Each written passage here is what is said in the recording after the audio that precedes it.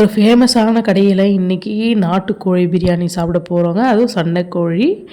இந்த கடை பேர் வந்து முஸ்தாக் ஹோட்டல். இது வந்து வாணியம்பாடியில் இருக்குது. பாருங்கள் டபரா பாருங்கள் எவ்வளோ பெரிய டபரான்ட்டு. ஃபஸ்ட்டு ஆல்ரெடி நாங்கள் போனதே 7:30. அதுலேயே எல்லாம் ஃபஸ்ட் காலி ஆகிட்டுருக்கு. நாங்கள் ரொம்ப நேரம் ஆக்சுவலாக வெயிட் பண்ணிட்டு இருந்தோம்.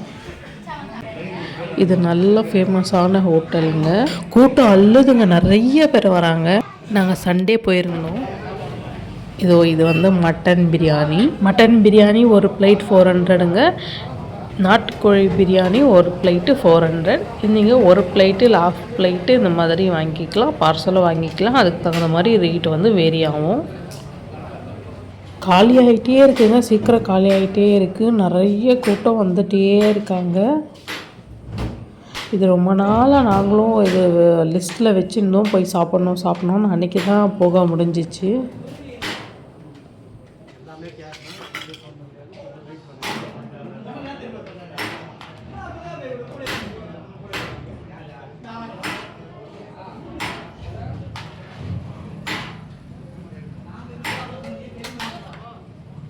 டெம்ட் ஆகி ரொம்ப நேரம் வெயிட் பண்ணுற பிரியாணியே வரலங்க.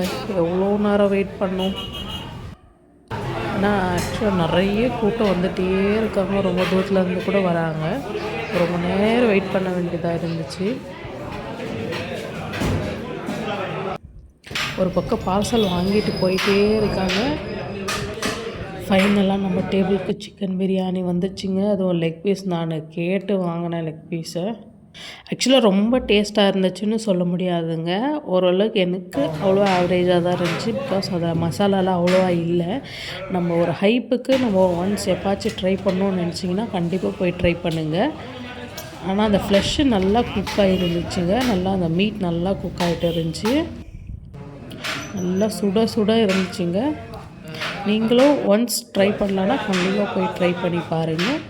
பட் எனக்கு கொஞ்சமாக தான் பிடிச்சிச்சு, ஆவரேஜாக தான் இருந்துச்சுங்க.